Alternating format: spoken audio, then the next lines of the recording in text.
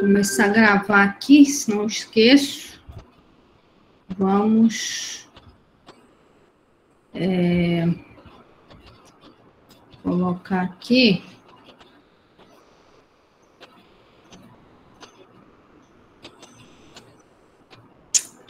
Isto. Então,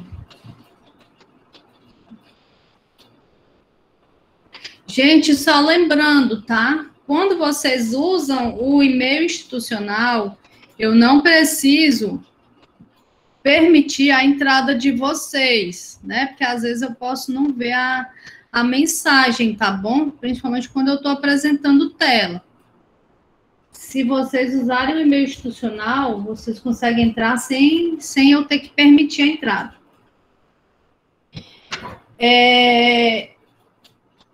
Então, vamos lá. Na aula passada, a gente estava vendo leis de Newton, né? E a gente estava discutindo aquela questão lá do elevador, né? E sobre os referenciais inerciais. A gente parou naquele ponto. E hoje eu quero explicar para vocês algumas coisas a respeito de forças que têm algumas características particulares, né? A gente chama de forças especiais porque elas têm algumas características próprias. E essas características, se a gente entende como que elas funcionam, elas vão ajudar a gente na hora de resolver problemas, ok? Então, essas forças são especiais, não só porque elas têm algumas características particulares, que não são extensíveis a todas as forças, são características específicas. Então, a primeira força que a gente tem que pensar é a força gravitacional e também a força normal. Então, eu tenho aqui uma melancia, né? Em cima de uma mesa. A mesa está em cima do planeta Terra, né? Quais são as forças que atuam na melancia? Diz aí para mim.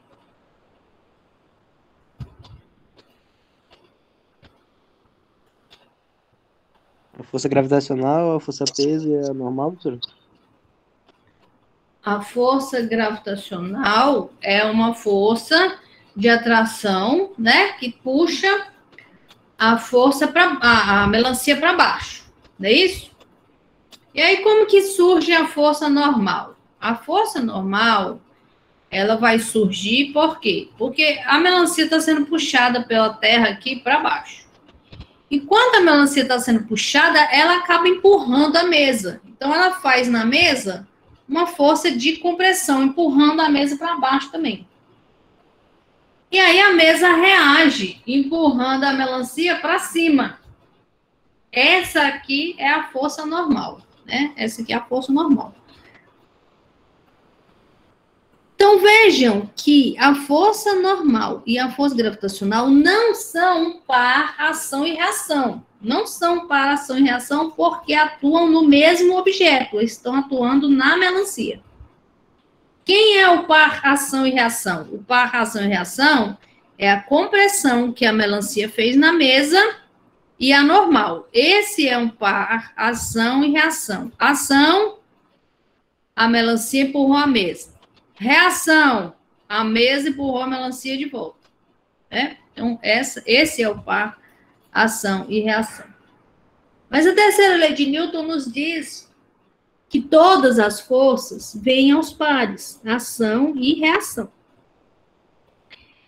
Nessa situação aqui, cadê o par da força gravitacional? Onde está? Diz para mim onde ele está. Onde está a força de reação à força gravitacional da Terra puxando a melancia? Diz para mim, cadê ele? Onde ele está?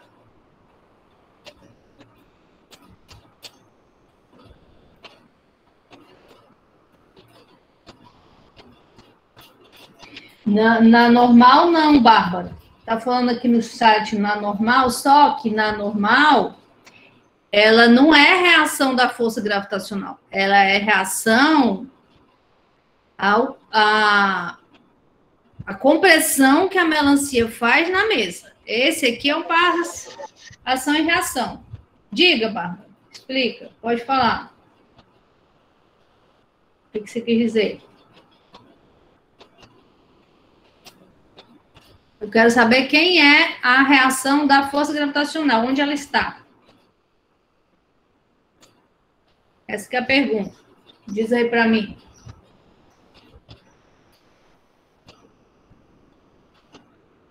Você está falando da força normal? Não, a força normal, o par ação e reação é esse aqui. A compressão que a melancia fez na mesa e a força normal. Tá os dois vermelhinhos aqui, ó. Esse é um par. Ação, reação. Mas a força gravitacional tá aqui, esse vetorzinho preto. Ele tá sozinho. E não pode. A terceira lei de Newton diz que todas as forças vêm aos pares. Ação e reação. Eu quero saber cadê a reação da força gravitacional? Onde ela está? Essa que é a pergunta. Na Terra? Está na Terra, exatamente. Porque, quando a Terra puxa a melancia puxa a Terra de volta, né? Ação e reação. Então, a força de reação da gravidade está no centro da Terra. Então, por que se eu tirar a mesa, não é a Terra que vai em direção à melancia? E sim a melancia que cai no chão? Porque a Terra é muito pesada. Exatamente, porque a massa da Terra é muito maior que a massa da melancia. Então, a força de atração que a melancia faz na Terra tem o mesmo módulo do peso da melancia. Não é suficiente para arrastar a Terra. Então, a melancia cai em direção à Terra. Ok? Então, tirando a mesa, a força normal some. Por que ela some? Porque força normal, ela necessita de uma superfície de contato. Se eu não tenho superfície de contato, não existe força normal. Ok? Então, isso é muito importante, porque às vezes os alunos confundem força de atrito com força de arrasto, né? Que é a força de resistência do ar. Se o objeto está caindo em queda livre no ar, não tem força de atrito. Não tem atrito se não tem superfície de contato. Ou de atrito, desculpa. De atrito também, mas a gente está falando agora da força normal. Não tem força normal se não tem superfície de contato, ok? Então, tá, aplicando a segunda lei de Newton, eu tenho a única força que atua aqui é a força gravitacional. Então, a força gravitacional é igual a massa vezes a aceleração da gravidade, ok? Agora, se eu colocar a mesa de volta, sim, o peso. O peso é o quê, então? O que é o peso? Força gravitacional é essa aqui, ó. O que é o peso?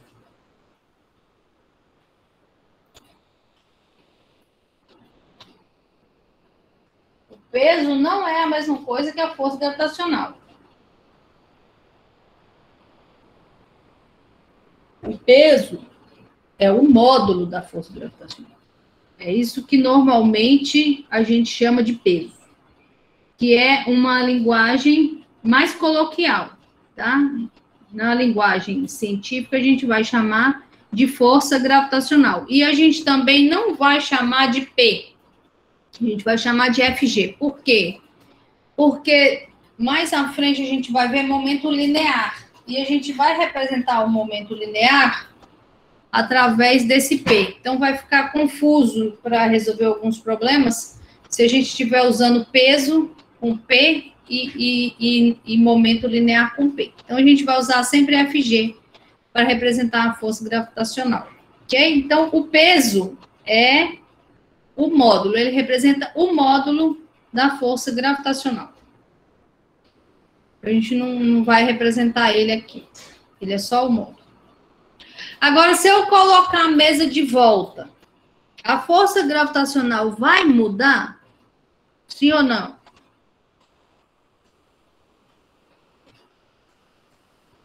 Diz para mim, gente.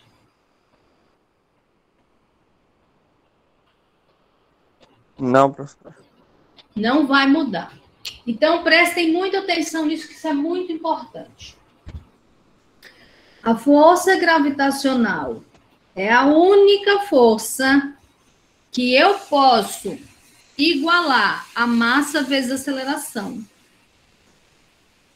antes de calcular a força resultante. Okay? É a única força que eu posso escrever desse jeito. Massa vezes aceleração da gravidade. É a única força. Todas as outras forças precisam ser somadas aqui para depois igualar a massa vezes a aceleração. Ok? Essa força gravitacional ela é independente do resto. Então, ela produz a aceleração da gravidade, que é o G. Ok? Então, a gente vai fazer essa igualdade. Força gravitacional igual a massa vezes aceleração, independente de outras forças que atuem no objeto. Tá? Somente a força gravitacional a gente pode fazer isso.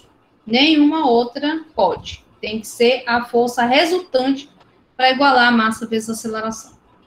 Tudo bem?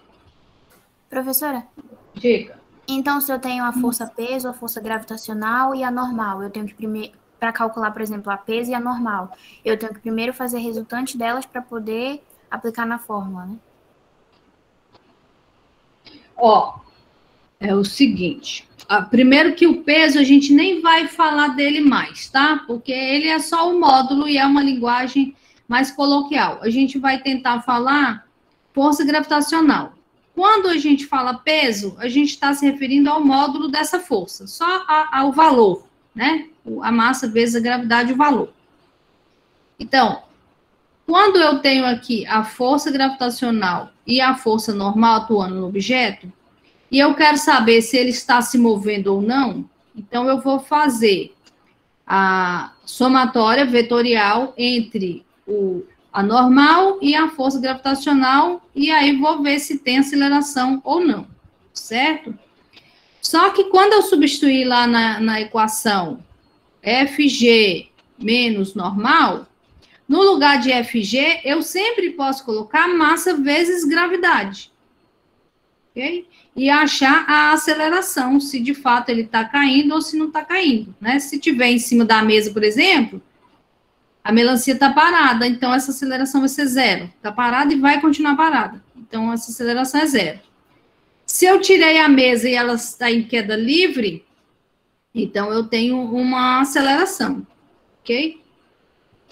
Que dependendo, pode ser a igual aceleração da gravidade. Mas dependendo, não vai ser. Por exemplo, se tiver resistência do ar, não vai ser igual a aceleração da gravidade. Vai ser uma aceleração menor. Respondi sua pergunta, Paloma?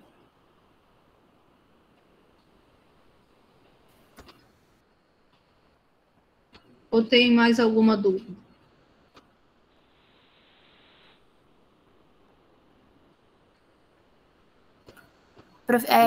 Essa questão da resultante que a senhora falou é se tivessem outras forças, né, atuando sobre o Isso, objeto.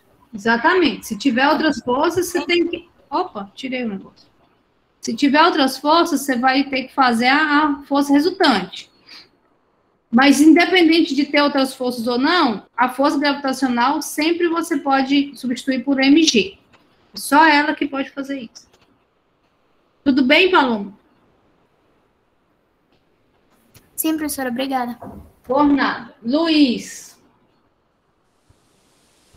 Diga. Levantou a mão.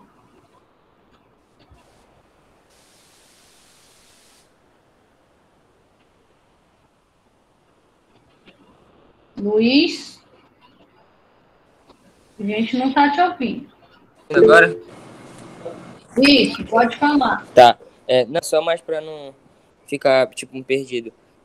A força de ação é da melancia e a de reação é da terra? Você pode pensar que a Terra puxou a melancia, força de ação. Uhum. Terra puxou a melancia.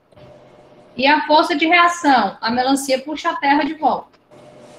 Assim, Pode pode pensar pensar assim também. Mas não tem uma regra para, por exemplo, quem tem a maior massa é quem faz a ação, quem tem a menor massa é reação ou não? Eu posso, pensar que Não. ambos fazem ação e reação. você pode. No caso, por exemplo, de terra e melancia, Uhum. não faz muita diferença quem que puxou primeiro. Não faz muita diferença. No caso da mesa, fica claro quem que aconteceu primeiro. Quem que aconteceu primeiro? Foi a melancia que empurrou a mesa. Por quê? Uhum. Porque a melancia estava sendo puxada. Então, a reação normal. Agora, entre a melancia e o planeta Terra, não é claro quem que aconteceu primeiro. Tá bom, então. Obrigado, professora. Por nada. Mais alguém tinha levantado a mãozinha aí e quer falar ou não? Já resolveu? Tem mais alguma dúvida?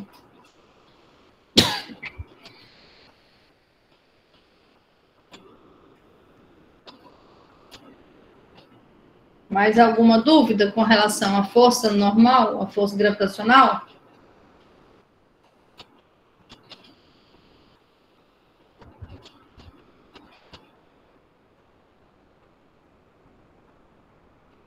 Podemos seguir? Podemos seguir, Pode. professora. Então, vamos. Então, tudo bem, a força gravitacional é a única que eu posso igualar a massa vezes a aceleração da gravidade, independentemente da existência de outras forças. Ok. Agora, a força normal, ela também tem uma particularidade. Ela é sempre perpendicular à superfície de contato. Sempre perpendicular. Então, por exemplo, se eu tenho aqui uma superfície horizontal, ó, o bloquinho está aqui em cima dessa superfície horizontal, a força normal é vertical para cima. Porque é uma reação à compressão. O bloquinho empurra a mesa empurra o bloquinho. Agora, se a superfície estiver inclinada, ó, a normal vai ser perpendicular à superfície de contato.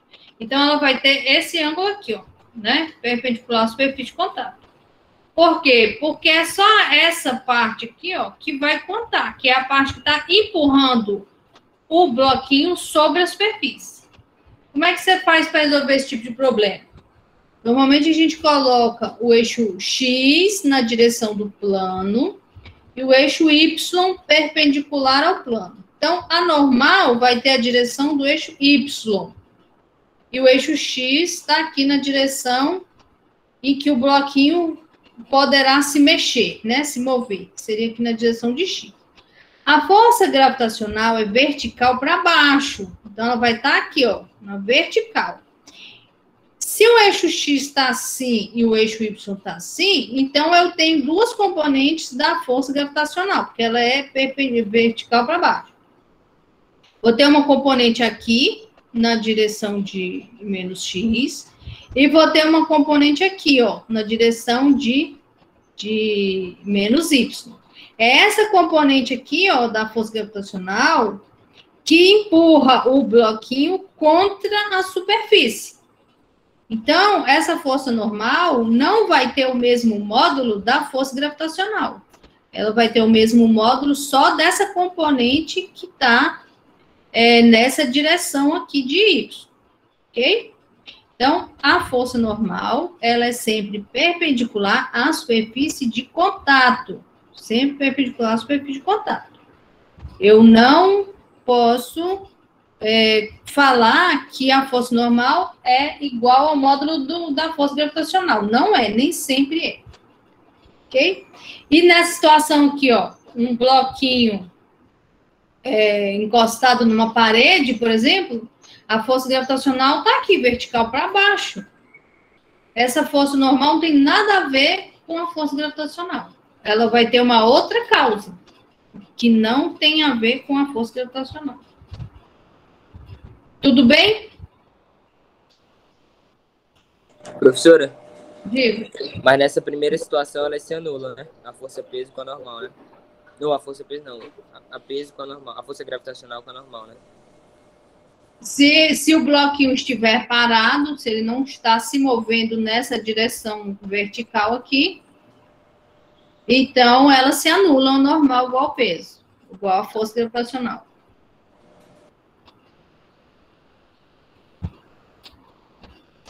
Então, a outra força que também tem umas características especiais Professora, são as forças. perdão. Diga. Pode dizer. Um exemplo prático da força normal seria uma prensa?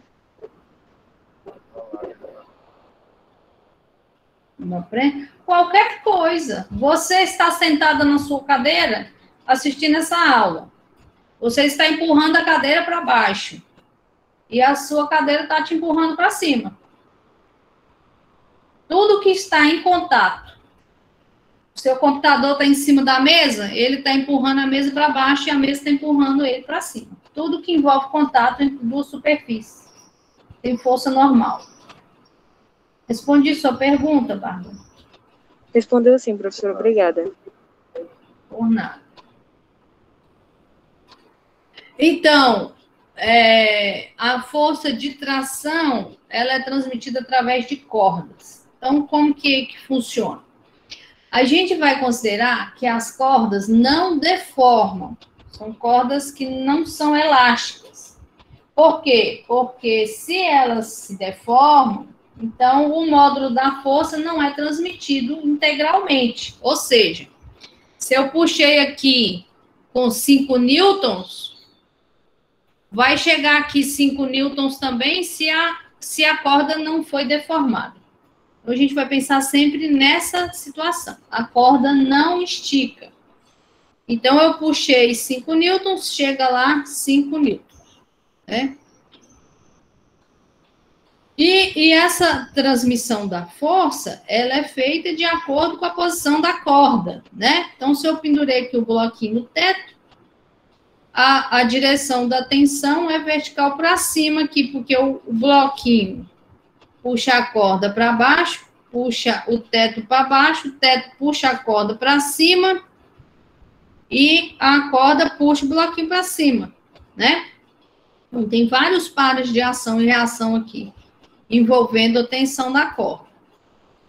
E se a corda estiver inclinada, a força de tração tem a mesma inclinação da corda. Então, nessa situação aqui, ó, eu tenho um bloquinho aqui em cima, um bloquinho pendurado.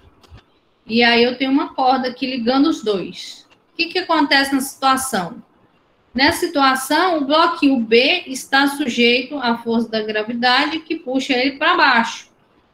Quando a força da gravidade puxa ele para baixo, ele puxa a corda para baixo. Então, o bloquinho vai ter uma tensão que é vertical para cima, né? Porque a corda, o bloquinho puxou a corda para baixo, a força na corda é para baixo, a força no bloquinho é para cima. A corda puxa o bloquinho para cima.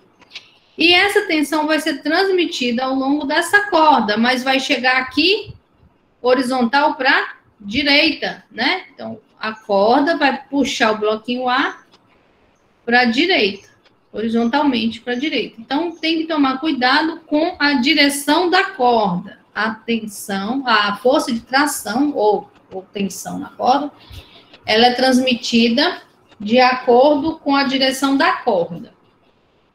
E o módulo dela vai ser transmitido integralmente, porque a gente não vai pensar em cordas que se deformam, né? Ela vai transmitir integralmente o módulo da força.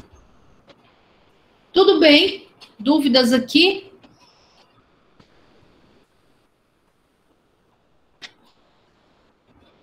Não, professora. Tudo bem. Então, a próxima força que a gente precisa falar é sobre a força de atrito, né? Sobre a força de atrito. Força de atrito, ela tem origem a irregularidades das superfícies.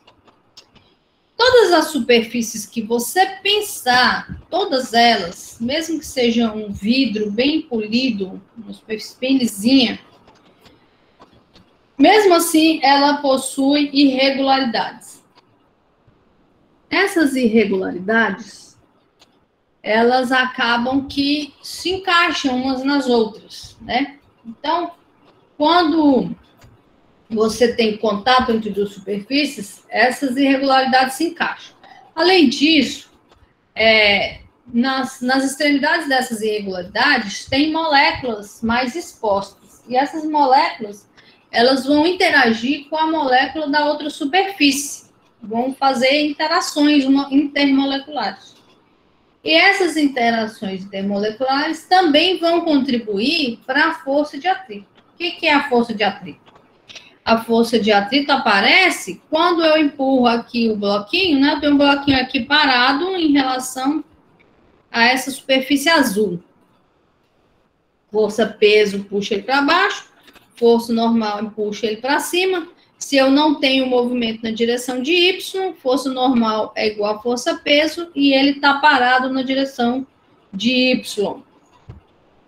Se eu estou empurrando ele com uma força motriz aqui, tentando fazer ele se mover nessa direção, eu vou ter uma força de atrito na direção oposta, né? Força de atrito é uma força do contra o movimento. Então, para você saber qual é a direção da força de atrito, você sempre vai pensar para onde esse cara quer se mover.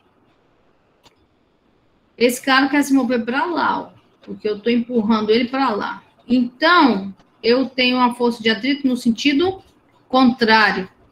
Né? Se ele quer se mover para lá, a força de atrito é para cá.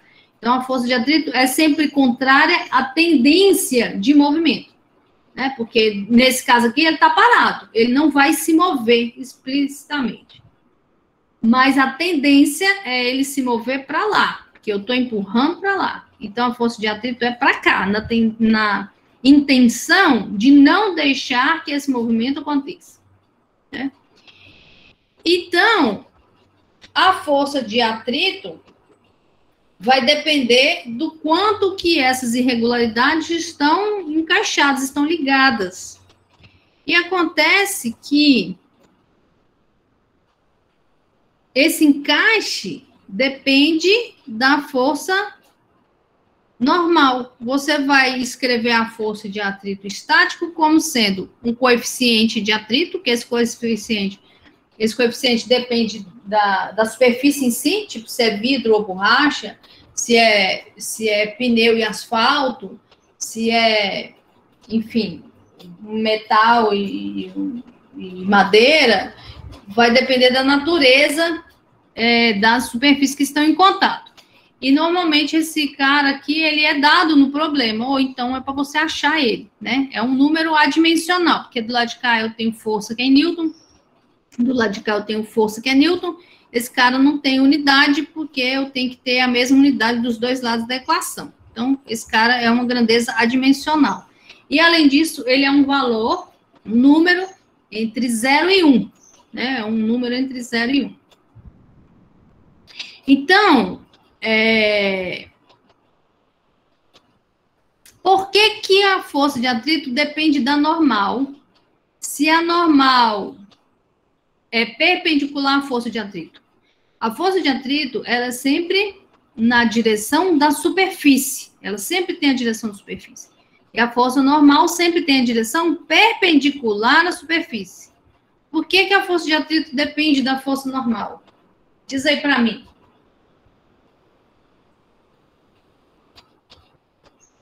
Porque faz encaixar melhor essas irregularidades? Exatamente. Porque se eu aumentar a compressão, a normal, ela é reação à compressão que o bloco faz na mesa, né? Se eu botar outro bloquinho aqui em cima, vai aumentar essa compressão e, consequentemente, vai aumentar esse encaixe. Eu vou forçar uma superfície contra a outra, eu vou aumentar esse encaixe. Sendo assim, a normal vai ser maior, porque eu botei outro bloquinho aqui, eu estou empurrando com mais força, a mesa vai reagir com mais força. Então, a força de normal aumenta. E, consequentemente, a força de atrito também aumenta, porque eu aumentei o encaixe, aumentei a interação entre as moléculas. Ok?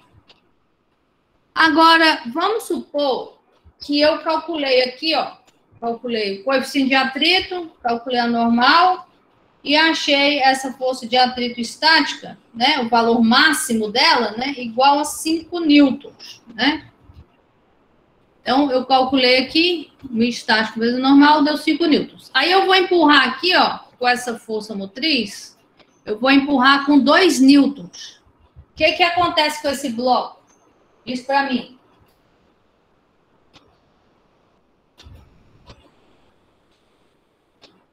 Vai ficar parado?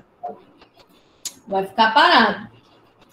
E qual é o valor da força que aparece aqui, ó? Eu empurrei para lá com 2, aqui aparece quanto? 2 também. 2 também. Por que 2 também? Porque eu não posso empurrar com 2 e aparecer 5, porque se aparece 5, eu tenho 3 para lá, ó. Então eu empurro para cá e o bloco anda para trás. Então não pode. Então, quando eu empurro com 2, a força de atrito que aparece vale 2. Se eu empurrar com 3, a força de atrito que aparece é 3. Se eu empurrar com 5, a força de atrito que aparece é 5 e o bloco ainda continua parado. Mas, se eu empurrar com 5,1, então eu tenho uma força resultante nesse sentido e o bloco vai começar a se mover. Na hora que ele começar a se mover, essas irregularidades vão ser desencaixadas e a interação entre as moléculas vai ser rompida. Nessa situação, você vai ter um coeficiente de atrito cinético. O coeficiente de atrito cinético é menor do que o coeficiente de atrito estático, justamente porque essas irregularidades não estão tão encaixadas e não há tempo para que as moléculas das superfícies produzam interações intermoleculares. Okay? Então, esse atrito cinético é sempre menor do que o atrito estático entre duas dadas superfícies. Então, a força de atrito cinética vai ser igual ao coeficiente de atrito cinético vezes a normal. Ok? Alguma dúvida aqui? Diz aí para mim.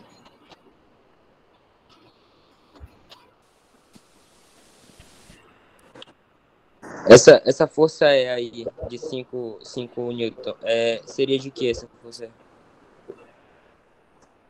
Essa força é a força de atrito estática máxima. Ela representa o máximo de força que eu posso empurrar o bloco aqui, ó, com essa força motriz, sem que o bloco se mova. Ah, tá. Tô entendendo. Aí acima de 5 newtons, a força motriz, aí ele já consegue sair do lugar. Consegue sair do lugar. Exatamente. Ah, tô entendendo. Obrigado.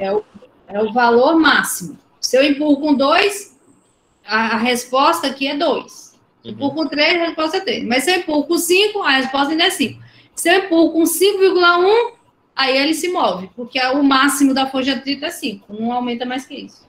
Entendi. Mais alguma dúvida? Podemos seguir.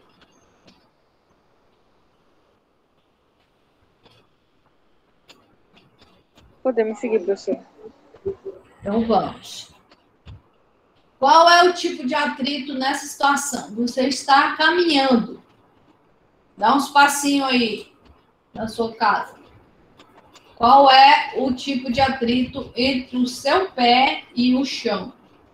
Isso para mim. Cinético? Todo mundo concorda com ela? Sim, É cinético ou é estático? a pessoa tá se mexendo, então é cinética. A pessoa deixou até uma pegada ali na areia.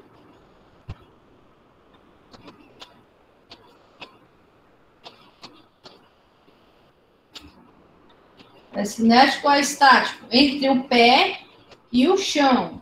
Entre o pé e o chão. É estático ou é cinético? Ah, não, acho que é estático, né, professor? Porque tem que ter uma força para poder se mexer.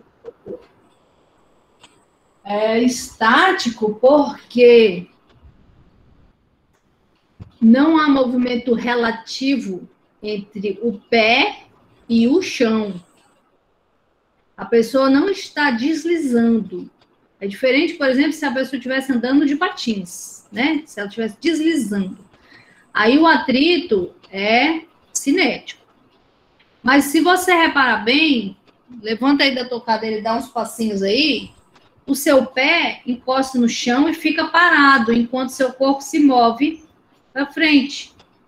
Aí o pé pisa, para, o corpo vai. O pé pisa, para, o corpo vai. O pé pisa, para, o corpo vai. O pé está parado em relação ao chão. Cada passo, o pé está parado em relação ao chão. Ele não desliza em relação ao chão. O movimento é relativo entre as duas superfícies. Não importa se o resto do sistema, que é o resto do seu corpo, está se movendo. O atrito é entre o seu pé e o chão. Se as duas superfícies estão paradas, uma em relação à outra, o atrito é estático. E agora, estático ou cinético? Diz para mim. Quando ela tá parada e for andar, é estático. Quando ela já tá andando, é cinético. Eu não entendi, Job. Ficou muito baixo seu áudio. Pode falar de novo, por favor. Quando ela tá parada e vai começar a andar, é estático. Quando ela tá em movimento, é cinético. No caso aí, ela está se movendo, né? Ela está no meio da estrada aí, andando. Eu quero saber qual é o tipo de atrito entre o pneu e o asfalto. Aí é cinético porque o pneu desliza no asfalto? Pois é, o pneu desliza no asfalto? Esse que é o ponto. Ele rola, né? Ele rola. Qual que é a diferença agora? Nesse caso aí, ele deslizou mesmo. Nesse caso aqui, ele deslizou mesmo. Então, o atrito aqui, ó, ele derrapou, né? Então, o atrito aqui é cinético. Aqui não tem dúvida. Eu estou esfregando uma superfície na outra, né? Então, atrito é cinético. Nesse caso aqui, o atrito ainda é estático. Ele está rolando sem deslizar. Acontece que quando a roda vai girando aqui, ó, esse ponto, ele para em relação ao asfalto. A velocidade desse ponto de contato entre o pneu e o asfalto é 0. É estranho isso, eu sei, mas a gente vai ver, a gente vai calcular isso aqui, eu vou mostrar para vocês que esse ponto está parado em relação ao asfalto. Lá no último capítulo, quando a gente estiver estudando rotação, tá? A gente vai voltar nesse ponto e eu vou mostrar para vocês que esse ponto para enquanto encosta no chão. Então, eu não tenho movimento relativo da superfície deste ponto de contato entre o pneu e o asfalto, porque ele não está escorregando como aconteceu aqui. Ó. Tudo bem com isso?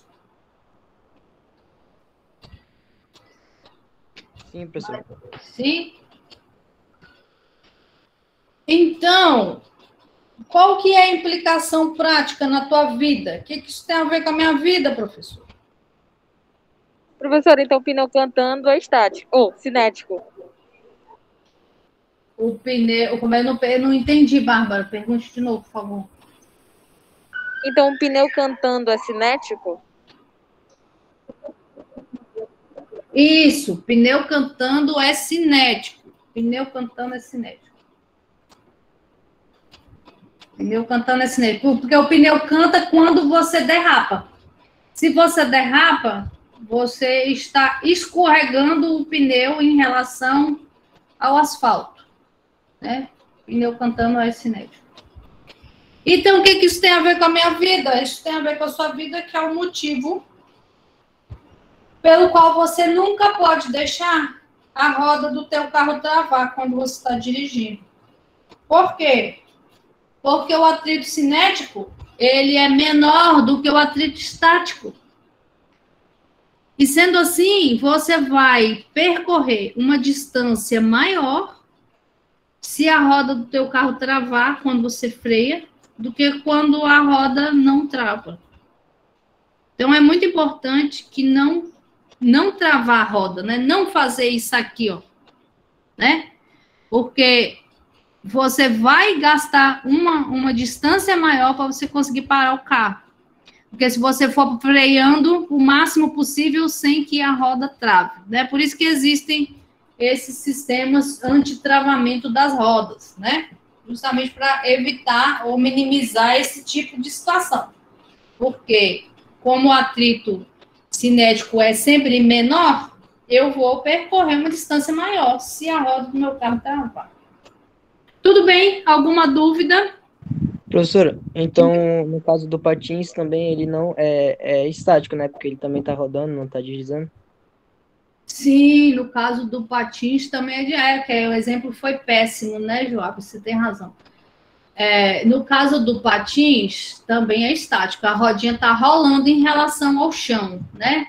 Vamos pensar assim, estão andando de esqui, né? Você está andando de esqui na neve, aí você está deslizando, né? Patins de gelo, vamos pensar no patins de gelo. Aí o atrito é cinético, né? Porque você está deslizando o fio do patins em relação ao gelo. Tudo bem? Respondi sua pergunta? Sim, professor, obrigado. Por nada. Mais alguma dúvida aqui? Não, professora. Ok, então vamos em frente, né?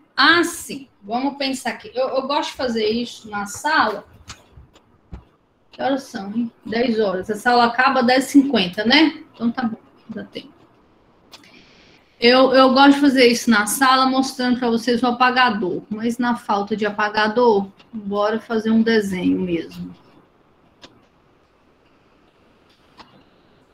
Vai aparecer aí no chat para vocês um link. E aí vocês têm acesso a essa lousa aqui, ó. E vocês conseguem escrever nela também. Só clicar no link. Mas vamos fazer o seguinte, ó. Ops, espera aí que eu mudei aqui o negócio. Voltei lá para trás. Vou botar aqui de volta. A gente estava aqui. Então, o seguinte.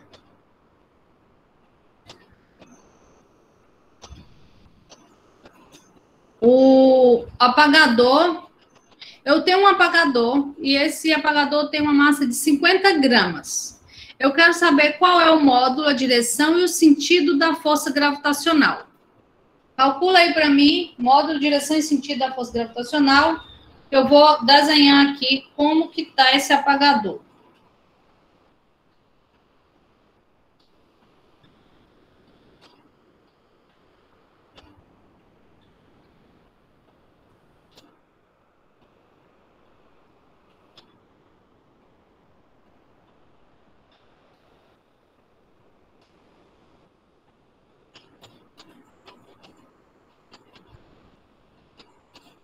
Está encostado assim no quadro, na parede. Eu quero saber qual que é o módulo, direção e sentido da força gravitacional que atua nele. Diz aí para mim.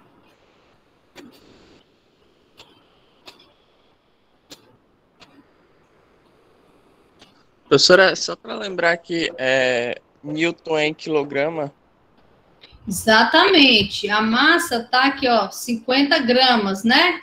Eu não posso usar em grama, eu tenho que passar para quilograma. Então, vai ficar aqui 1, 2, 3, 0,050 quilogramas. Não posso usar em newtons. Muito bem lembrado.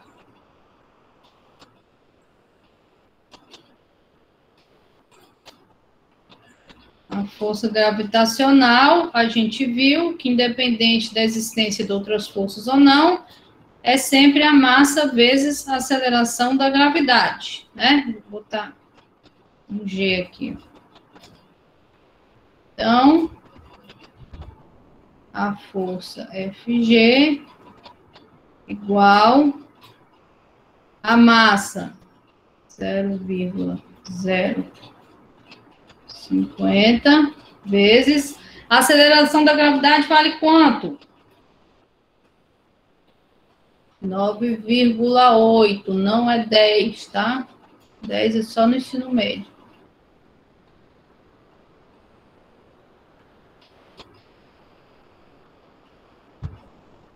Aí deu quanto isso aí?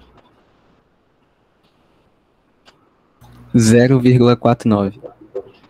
0,49 newtons, né? E agora a gente achou o módulo. Qual que é a direção e sentido? Em direção é para baixo. E o sentido é também. O sentido é Do para eixo baixo. Y. Isso, o sentido é para baixo. A direção é vertical, né? Vertical. E o sentido é para baixo. Vertical para baixo. Então, você pode dar a sua resposta assim, ó, através do desenho, né? Ou você pode colocar o módulo aqui e escrever vertical para baixo, né? Tanto faz, não tem problema nenhum. Então, tá. Então, essa aqui é o primeiro ponto, né? Isso e isso, ó. Eu preciso do desenho também, porque eu perguntei módulo, direção e sentido. Aí, no segundo ponto, ele está perguntando por que o apagador não escorrega. O apagador está parado aqui. Por que ele não escorrega? Por que ele não escorrega?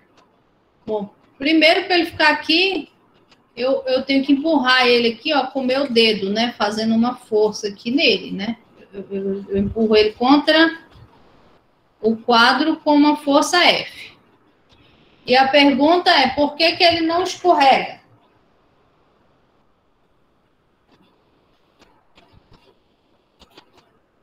Diz aí para mim. Além da força, tem a força de atrito dentro dele do quadro.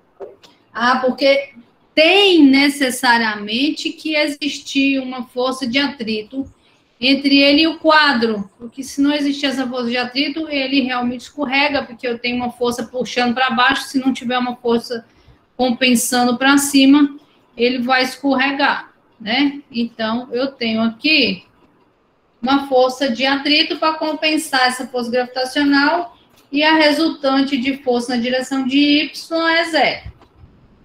Aí ele não escorrega. Ok. Então, aqui é a resposta, né? Do ponto 2. Agora aqui, ponto 3. Se eu faço uma força de 2 newtons, né? Se essa força que eu estou empurrando ele aqui é de 2 newtons, e o coeficiente de atrito estático é 0,4 entre o apagador e o quadro, qual deve ser a força de atrito estática entre o apagador e o quadro, né? A força de atrito estática máxima entre o apagador e o quadro. E aí?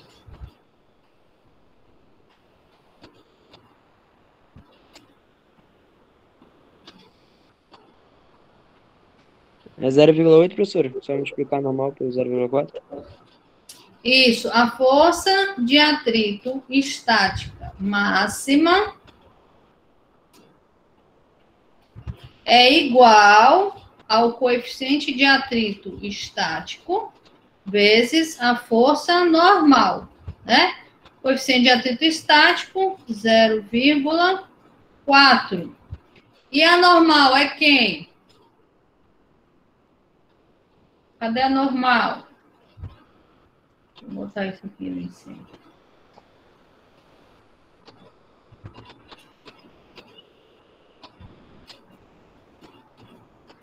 Eu estou empurrando o aparelho, eu estou empurrando o bloquinho com a força F.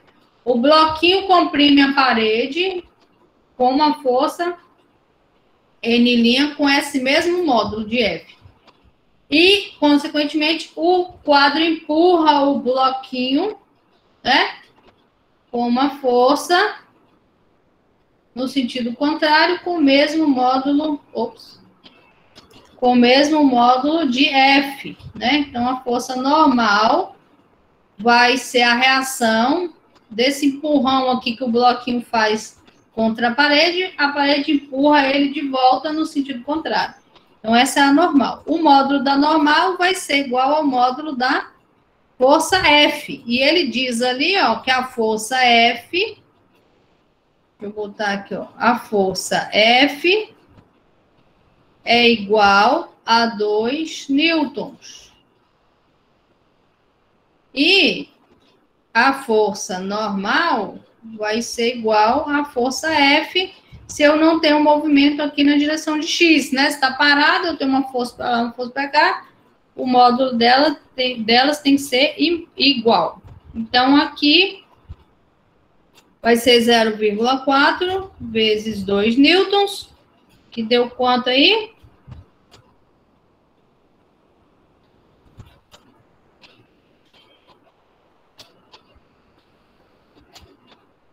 Deu 0,8 newtons. Tudo bem? Essa é a força de atrito estática máxima. Tá bem.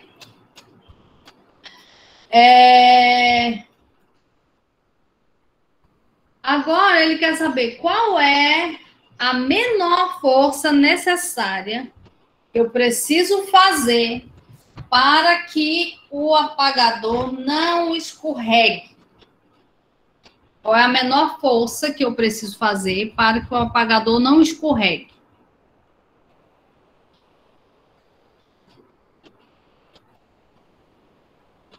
Diz aí para mim. Vou pensar aqui, ó. Essa força de atrito que você calculou é a força de atrito estática máxima. Mas a força da gravidade está puxando com 0,49 para baixo. Eu não preciso de 0,8 para segurar esse bloco. Eu preciso de quanto? 0,49. 0,49. Então, eu posso diminuir essa força F até um determinado ponto, né? Para que eu ainda consigo segurar esse bloquinho aqui. Até qual é a menor força que eu posso fazer aqui, ó, antes que o bloquinho escorregue? 0,49. Vai fazendo aí que eu vou desenhar do lado de cá, ó.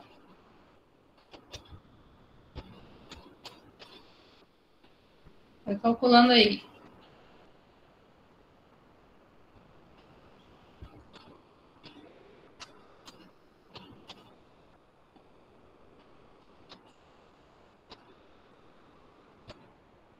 Professora, seria 0,31?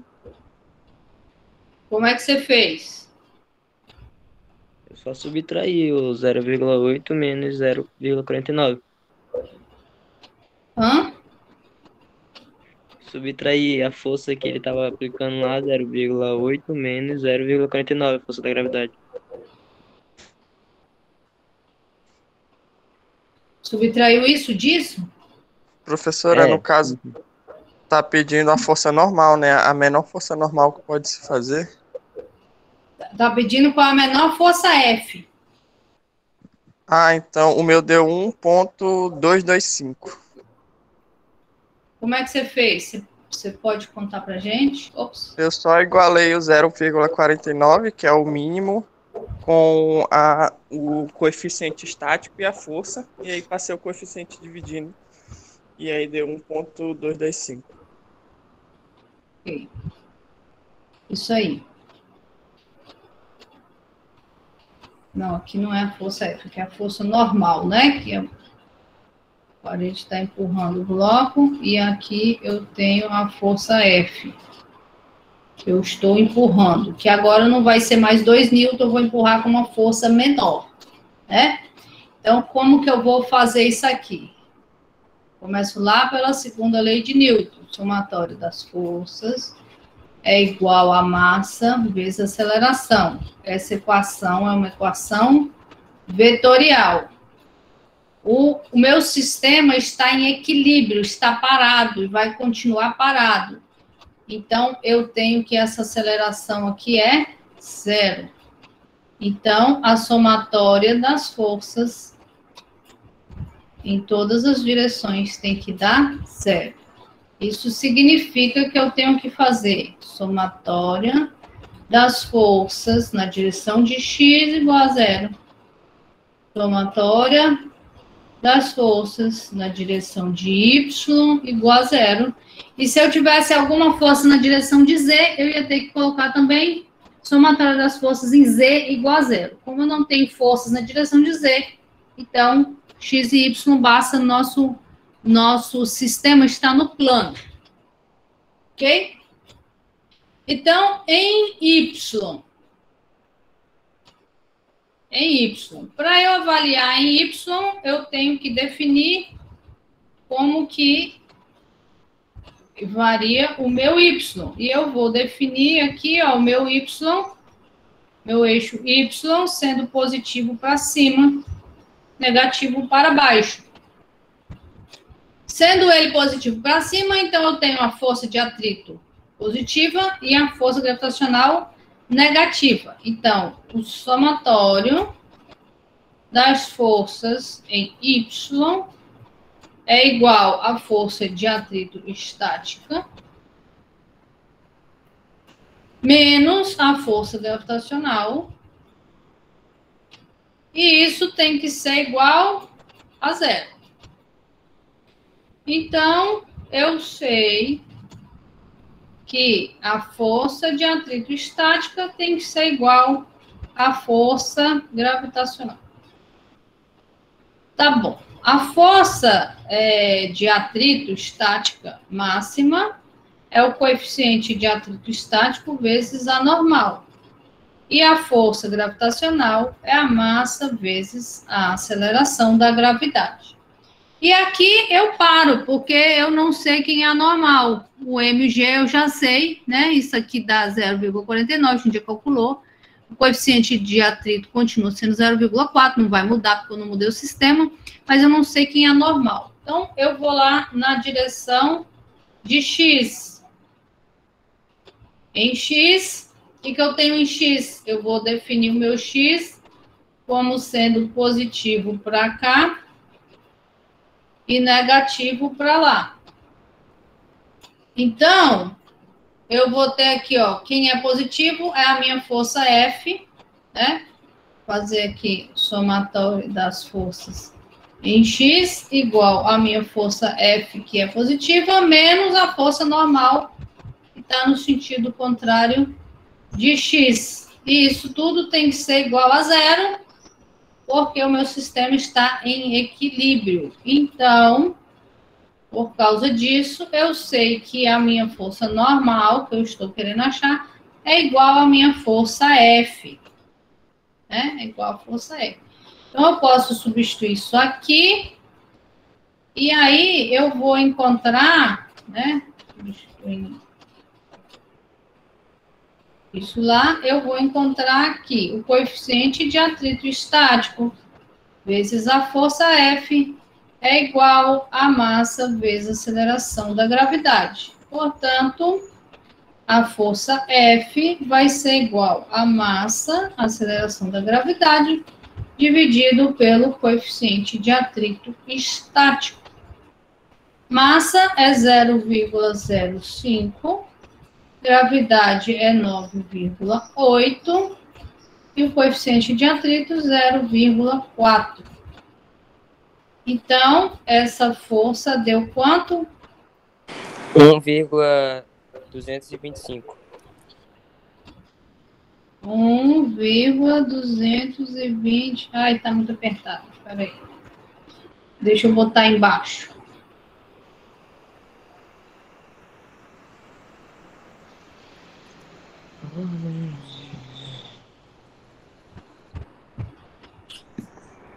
Vou botar aqui, ó. Peraí. Vou botar aqui, ó. Força F é igual a 1,225 newtons, né? Esse é o resultado. Tudo bem? Alguma dúvida aí? Dúvidas.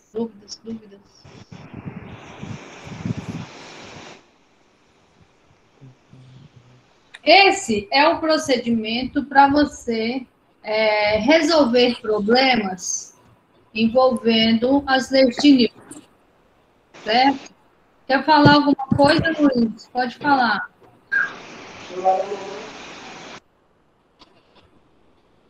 Ok. Esse é o procedimento para você resolver problemas que envolvam as leis de Newton, certo? Porque, mas eu já sei que isso é a força de atrito igual à força gravitacional e a força normal igual à força F, então eu já cheguei logo aqui de cara e já consegui resolver. Ok. Quando o problema é simples, você consegue pensar nessas relações aqui, ó, de quem que é igual a quem, relativamente fácil. Só que, às vezes, o problema é complicado. Então, você acaba igualando forças que, na verdade, não são iguais. Então, a minha sugestão é que vocês façam o desenho. É muito chato fazer o desenho. É chato, mas ele te ajuda muito a interpretar como que essas coisas estão acontecendo. Então, faça o desenho, defina a direção dos eixos que você quer usar, você tem liberdade de escolher a direção dos eixos. Eu quero botar o eixo Y positivo para baixo. Pode colocar, não tem problema nenhum, desde que você não mude a direção no meio da conta. Não tem problema se você definir o eixo Y positivo para baixo, você pode fazer isso. Não vai, a sua conta não vai depender dessa definição do eixo, da direção do eixo.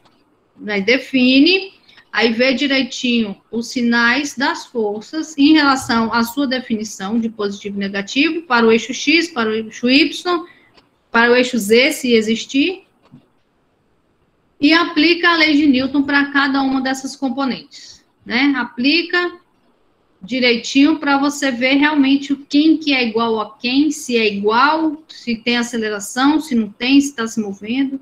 Então, esse é o procedimento, tá? Para minimizar erro.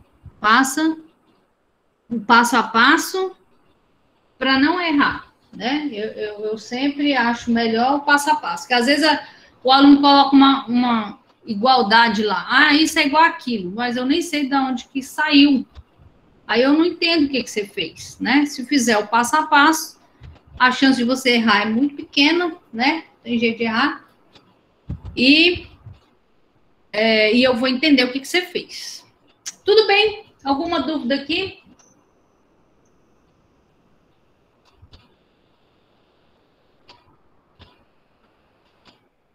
Então, por que que eu posso diminuir essa força, né? Por que eu posso diminuir essa força aí?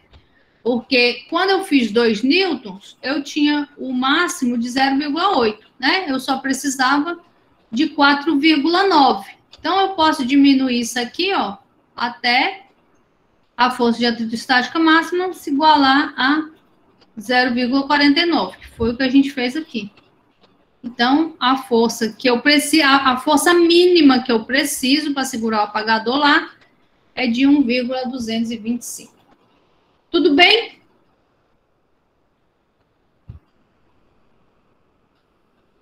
Tudo, professora. Então, vamos voltar lá nas outras questões. Essa aula acaba às 10h50, né? Então, eu não vou resolver com vocês essa questão aqui não, tá? Eu vou explicar para vocês, a gente vai discutir um pouquinho, mas eu quero que vocês façam esse problema em relação das pirâmides, tá? Vocês vão tentar fazer, depois a gente discute. Bom, a questão é como que as pirâmides foram construídas? Como que as pirâmides do Egito foram construídas? Vocês têm alguma ideia? Blocos de pedra. Sim, mas como que foi empilhou esses blocos de pedra gigante aí para fazer? Puxando com cordas? Tá, mas exatamente como? acho que foi deslizando, né? Assim, botava em algum objeto, algum corpo que deslizasse, né, sobre a terra e tal, para poder eles não, porque um bloco daquele pesava não sei quantos quilos, se 4 toneladas, eles tinham que ir deslizando para poder ser mais rápido, né? Mas como que eu botou esse bloco aqui de cima? Como que subiu com ele para cá? Essa que é a pergunta. Eles não subiam Eles botavam tipo uma rodinha lá e não botavam uma corda e um suportezinho pra ficar puxando. Pois é, tem o nome dessa rodinha. Eu acho que eles utilizavam uma haste, aí colocava aí. Não tinha rodinha, não. Não? Não tinha roda, não. Então foi o ZT. Não foi pro trenó, professor? Um bagulho assim um trenó de madeira, exatamente. Trenó de madeira. Alguém falou no chat aí, né? Trenó de madeira. Não, também não tinha polia, não. O Matheus falou que não tinha polia também, não. Então, uma ideia, né, uma teoria, é que eles usavam o lado pronto da pirâmide como plano inclinado para subir com o bloco. Então, eu tenho aqui o lado pronto, né? Que não era todo rugoso, assim, na época, né? Ele era lisinho, ele era polido, né? Essa rugosidade surgiu com a erosão, né? Do vento e tudo mais, né? Que fez ele ficar rugoso. Na época que ele foi construído, ele era lisinho, bem polido. Então, eles colocavam o bloco em cima de um trenó de madeira, amarravam um monte de cordas e puxavam. A lateral da pirâmide era lubrificada com água para diminuir o atrito. E os operários ficavam lá no topo e iam puxando, né, essa corda, né? É uma possibilidade. Agora, para a gente saber se essa teoria é válida, a gente tem que saber quantos operários eram necessários para puxar esse bloco, né? Se eu achar, tipo, 1.000 operários, tá? 1.000 operários não ia caber aqui em cima. Então, essa teoria não é viável, né? Se eu acho um número de operários razoável, sei lá, 30, 50, aí ok, eu consigo botar 50 pessoas lá em cima para poder puxar o bloco, né? Então, a ideia é essa. Também existe a possibilidade deles terem usado esse mesmo bloco, esse mesmo trenó de madeira como contrapeso, né? Então, eu subi com um bloco aqui, aí quando eu for descer, quando eu for subir com o próximo, eu uso o trenó de madeira como contrapeso. Eu amarro ele, aí enquanto eu vou subindo esse aqui, eu vou descendo aquele lá. Nessa situação, né, uma mesma corda aqui, ó. Nessa situação, eu posso diminuir o número de pessoas aqui em cima, né? Eu não preciso de tantas pessoas em cima, posso diminuir o número de pessoas em cima para que eu consiga, de fato, subir com esse bloco lá para cima, ok? Então, a questão é, eu quero saber quantos operários são necessários para subir com um bloco aqui. Eu saber se isso é uma situação viável ou não. Então, o problema é o seguinte. A figura, né, que mostra um bloco de 2.000 quilos, que não era um dos blocos mais pesados, tá? Tinha bloco que pesava mais de 2.000 quilos. Então, a figura mostra um bloco de 2.000 quilos no processo de ser puxado ao longo do lado pronto da pirâmide, que constitui um plano inclinado com um ângulo de 52 graus. Então, esse ângulo θ aqui é o ângulo de inclinação do plano, que é 52 graus. O bloco é sustentado por um trenó de madeira, né, e puxado por várias cordas, né? O pessoal está segurando as cordas, puxando. O caminho do trenó é lubrificado com água para reduzir o coeficiente de atrito estático para 0,49. Então, se a gente está falando de atrito estático, eu estou pensando na situação em que o trenó está parado aqui e os operários estão apenas sustentando esse bloco, né? Se eu achar o número de operários necessários para sustentar o bloco, então eu acho o número mínimo de pessoas que eu preciso, né? Porque aí, se eu aumentar o número de pessoas, eu consigo fazer ele subir, né? Vou ter uma força maior, então eu consigo fazer ele subir. Então, a ideia é achar o número de pessoas necessárias para sustentar esse bloco. Qualquer número acima desse é suficiente para que o bloco suba. Então, se cada operário puxa a corda com uma força de 686 newtons, cada cara faz uma força de 686 newtons, quantos operários são necessários para que o bloco esteja prestes a se mover? Prestes a se mover significa que ele está numa situação de atrito estático máximo. Se eu puxar um pouquinho a mais, ele vai se mover. Então, você vai considerar aqui, ó, né? Opa, sugestão. Você pode considerar aqui o eixo X na direção do plano inclinado, o eixo Y perpendicular a ele, né? Por quê? Porque aí você vai fazer decomposição das forças e você tem o movimento na direção de X, né? E a força normal na direção de Y. Vai facilitar a sua vida, né? Você pode colocar o eixo X aqui e o eixo Y lá. Também vai dificultar, vai aumentar o número de contas que você tem que fazer, mas enfim.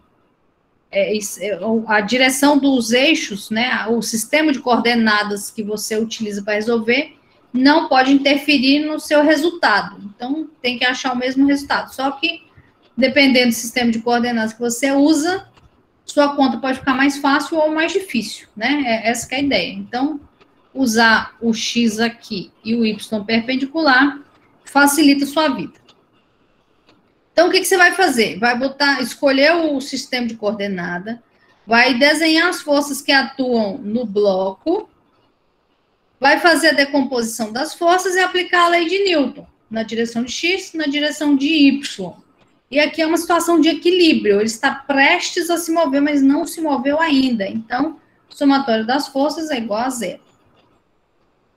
Aqui você vai considerar que essa corda está paralela com o plano inclinado, tá? Despreza aqui que ela vai ter uma inclinação diferente. Você vai considerar que a tensão está aqui paralela com o plano inclinado.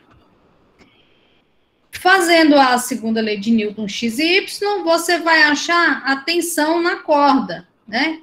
Que é a força total, né, de todas as cordas que os operários fazem. Se cada operário contribui com 686, né, aí você consegue achar quantos operários são necessários para sustentar esse bloco. É claro que se você acha 30,8, não tem 0,8 pessoa, né? Não tem como você pegar 0,8 pessoa.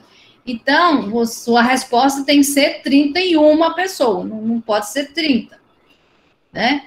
Porque, enfim, não tem pessoas fracionadas. Então, se for 30,1, é 31 pessoas, não tem como a gente pegar um pedaço da pessoa só, né?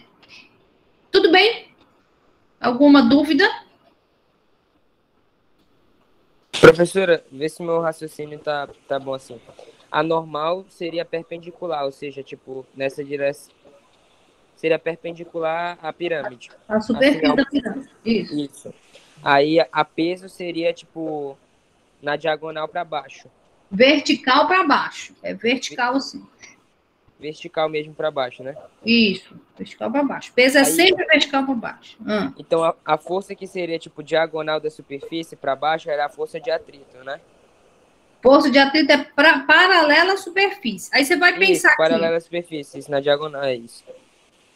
Aí você vai pensar, para onde esse bloco quer se mover? Para onde esse bloco quer se mover? Uhum. Para cima, né? Porque os operários estão puxando. Então, a tendência dele é se movimentar para cima. Então, a força de atrito é para baixo. Agora, se o operário não tem um número suficiente de operário, a tendência dele é se mover para baixo. Aí a força de atrito é para cima. Mas, no nosso caso, a gente está pensando que os operários vão conseguir puxar. Então, se a tendência é se mover para cima, a força de atrito a gente vai considerar para baixo. Obrigado. Por nada. Mais alguma dúvida?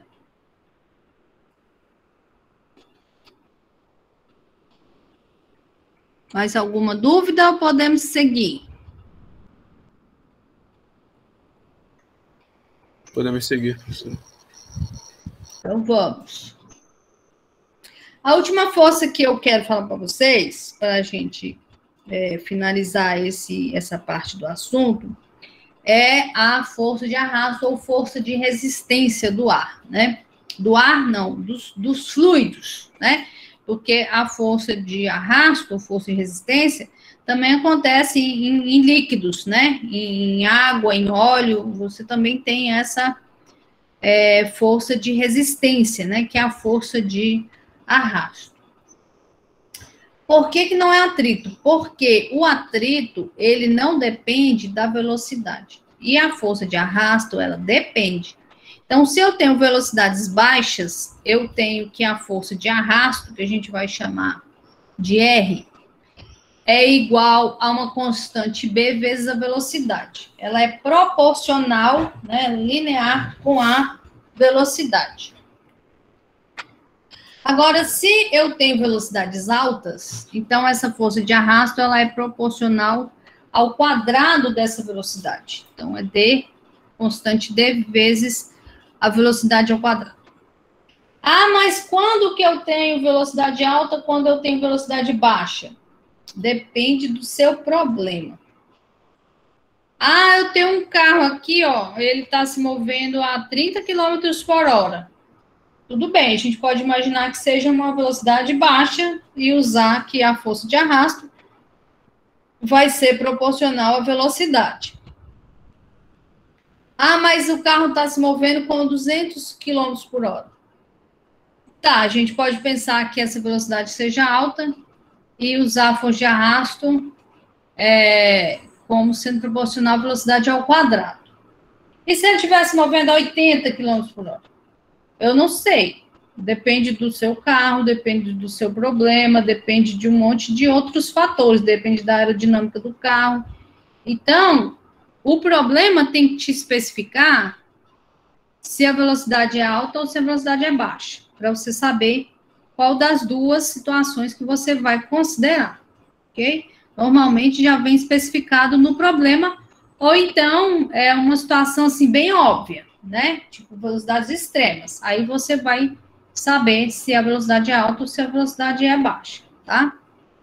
Mas isso depende da constituição do seu problema. Não tem como a gente fazer assim uma regra geral. A partir de tanto é velocidade alta, né? A partir de 200 km por hora é velocidade alta. Não sei, depende do problema, tá? Então, vamos pensar aqui uma pessoa caindo, né? Pulou de paraquedas. Então, eu tenho aqui as forças que atuam na pessoa. O peso, né? A força gravitacional e a força de resistência do ar ou a força de arrasto, né? Enquanto a pessoa está caindo, né? Se a velocidade for baixa, vai ser proporcional, a força de arrasto vai ser proporcional à velocidade, se a velocidade for alta, vai ser proporcional ao quadrado da velocidade. Mas então vamos pensar lá, a pessoa estava no avião, saiu do avião, ela não se joga do avião, ela só desce do avião, né? Então, nessa situação, ela vai ter uma velocidade em X, né? Que é a mesma velocidade que ela estava no avião. Mas ela não tem velocidade em Y, né? Ela só desceu do avião, ela não se jogou do avião. E aí, eu não tenho velocidade, no momento em que ela desce do avião, ela cai do avião, eu não tenho velocidade na direção de Y. A velocidade na direção de Y é zero, porque ela acabou de sair do avião. Se eu não tenho velocidade inicial, então eu não tenho força de arrasto. No momento que ela saiu, força de arrasto é zero, porque a velocidade é zero. Só que a pessoa não vai ficar parada lá, né? Eu tenho uma força gravitacional enorme aqui, ó, puxando ela para baixo. Então, a pessoa vai começar a cair, vai ganhar velocidade E então, vai aparecer a força de arrasto, né? Velocidade sendo diferente de zero. Força de arrasto é diferente de zero. Se a velocidade está aumentando, a força de arrasto começa a aumentar também, né? Aí, até quando que a força de arrasto aumenta? Diz para mim. Vai aumentar até quando?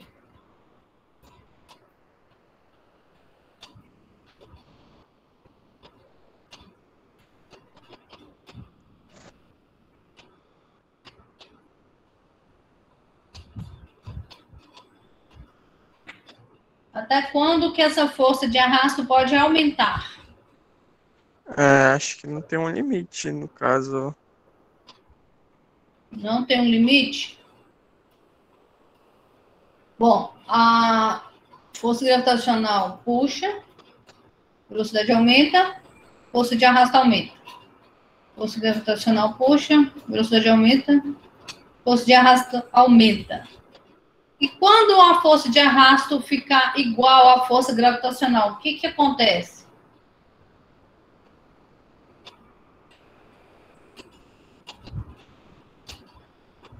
Foi aumentando, né? Era zero, foi aumentando. Aí atingiu o mesmo valor da força gravitacional. O que que vai acontecer nessa situação? Aí ele. Como é que Ele plana? Permanece em velocidade constante? Isso, ele continua caindo. Só que ele vai cair com velocidade constante, porque a somatória de forças na direção de y agora é zero, eu não tenho mais aceleração. Se eu não tenho aceleração, a velocidade não aumenta. Se a velocidade não aumenta, a força de arrasto também não aumenta mais. Então, ele começa a descer com velocidade constante. Continua descendo, né? Começa não, continua descendo, só que agora ele desce com velocidade constante, porque a força de arrasto ficou igual à força gravitacional, aí eu não tenho mais aceleração. Então, a velocidade é constante, sendo a velocidade constante, a força de arrasto não aumenta mais. Tudo bem?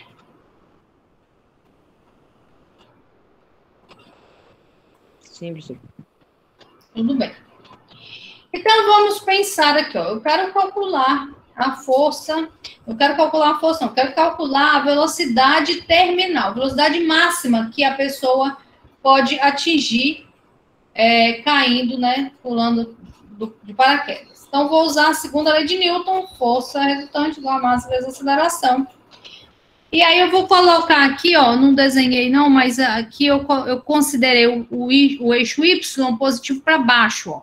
A força gravitacional é positiva, está na direção do eixo Y, que é positivo para baixo. Força de resistência é um R negativo, porque o meu Y é positivo para baixo e ele aponta para cima, então o R é negativo. Igual a massa vezes a aceleração. A força gravitacional é mg.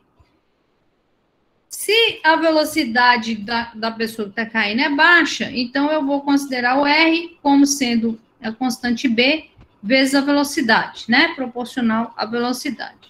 Então, substituindo aqui, ó, eu tenho que a força gravitacional é mg e a força de arrasto é B vezes a velocidade, né? Esse constante B aqui, o problema te dá ou é para você encontrar ela, né? Normalmente você tem ela no problema.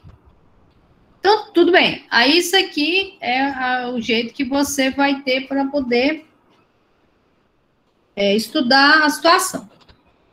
Mas a velocidade terminal é aquela que acontece quando a força gravitacional se iguala à força de arrasto. E nessa situação, a aceleração é zero, né? É uma velocidade constante, a velocidade com que ele vai caindo depois que ela fica constante. Então, eu tenho aceleração zero aqui, ó. Eu tenho que mg é igual a bv. Então, vou escrever aqui, ó. mg igual a bv, só que essa velocidade aqui é a velocidade terminal, né? Isso aqui não vale para toda a queda da pessoa, só vale para a parte em que a velocidade for constante. Então, vou chamar aqui de VT, que é a velocidade terminal. Então, a velocidade terminal é mg dividido pela constante b. Né? Essa aqui é a velocidade terminal para a situação em que eu tenho baixas velocidades. Né? Agora, se eu tenho velocidades mais altas, então o R é proporcional ao quadrado da velocidade. R sendo proporcional ao quadrado da velocidade, eu vou ter, então, aqui mg, né, no lugar da força gravitacional, dv ao quadrado igual a ma. Mas, de novo, a velocidade terminal acontece quando a força gravitacional é igual à força de arrasto. E aí, nesse caso, a aceleração é zero. Então, substituindo zero aqui, eu tenho que mg é igual a dv ao quadrado. E aí, nessa situação, a velocidade terminal é a raiz quadrada de mg dividido por d. Ok? Alguma dúvida aqui nessa situação?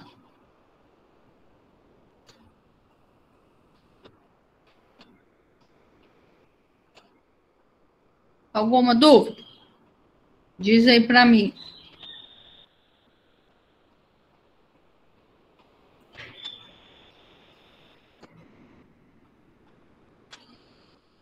Nenhuma, professor. Dúvida nenhuma? Então, diz para mim aí, qual é o papel do paraquedas? O que o paraquedas faz quando você abre ele? Aumenta a superfície de arrasto. E? Usa a resistência do ar. Faz o quê, Raul? Ele usa a resistência do ar para...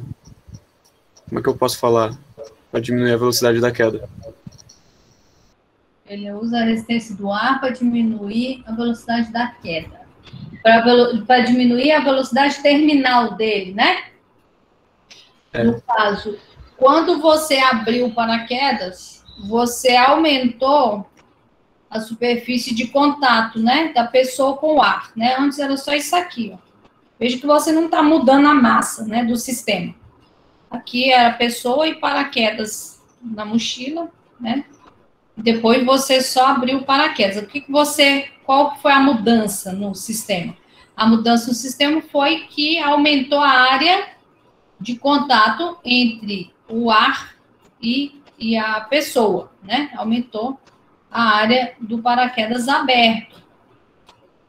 Então, nessa situação, você vai aumentar aquela constante que acompanha a força de arrasto, né? Vamos supor que a velocidade não é muito alta, então é aquela constante B.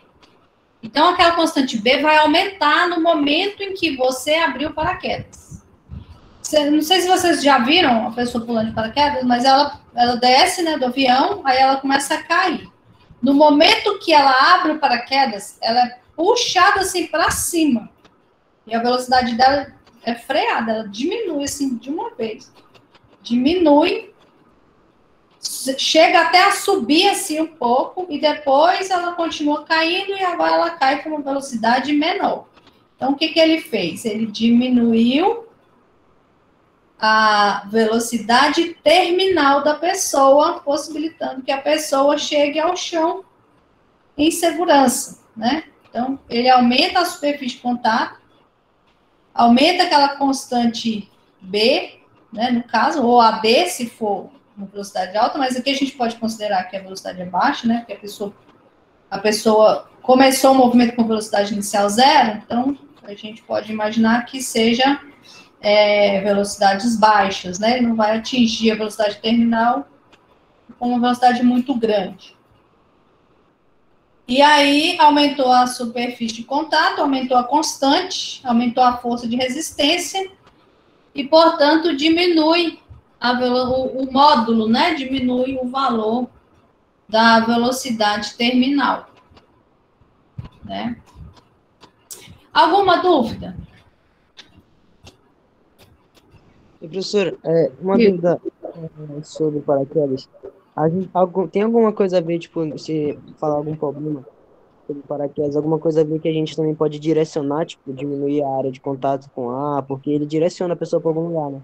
De acordo Sim. com a direção que ele tá, aumentar a velocidade, diminuir, ou ir para um lado e para o outro. Tem alguma Tá coisa a ver? vendo essa cordinha aqui, ó? Tá vendo essa corda?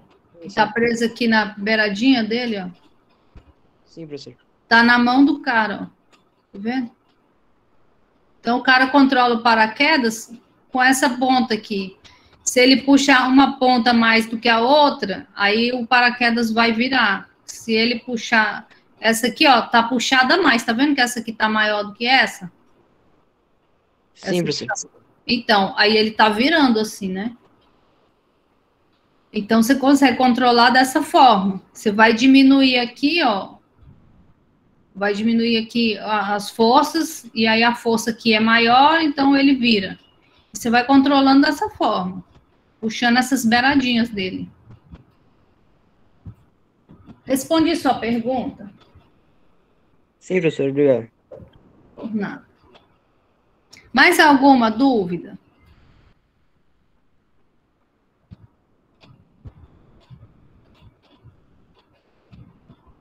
Mais alguma dúvida?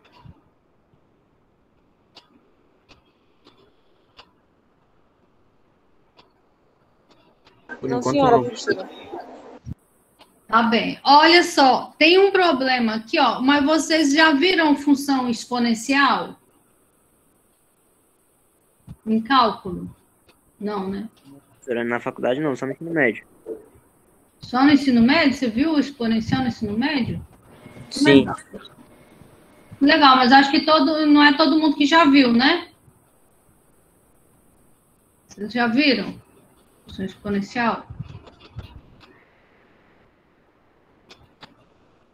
Eu acho que algumas pessoas não. Então, esse problema aqui, vocês não precisam resolver, tá? Quem já sabe usar a função exponencial e quiser resolver, pode resolver, a gente discute. Mas aqueles alunos que não viram ainda, que não sabem como funciona essa função exponencial aqui, ó, não precisa resolver, tá? Não vai cair esse tipo de problema nos questionários, tá? Não precisa resolver quem não sabe como funciona a função exponencial. Tudo bem? Eu deixei ele aí, eu esqueci de tirar, porque nem sempre a Física 1 é ministrada para calouros, né? Às vezes eu pego turma de pessoas que estão no segundo ou outros períodos, e aí já sabe. E aí vocês são calouros, e aí eu esqueci de tirar. Ok?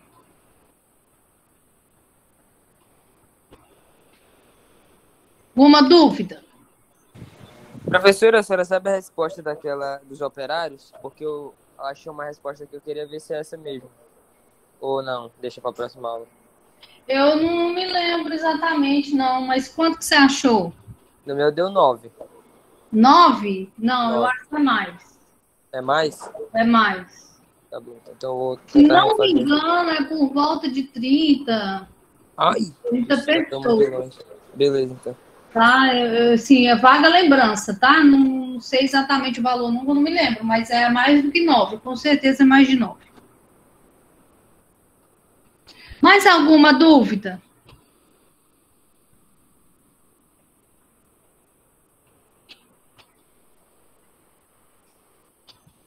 Então, na próxima aula, a gente vai ver movimento circular, tá? Na próxima aula a gente vai ver movimento circular.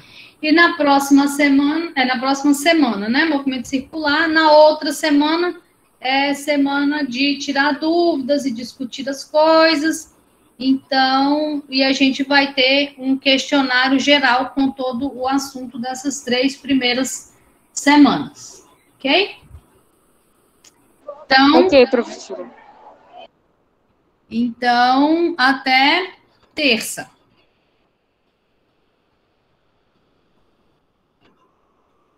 Até dia. terça, professora. É, Obrigada. professora, obrigado. Bom dia. Obrigada, professora.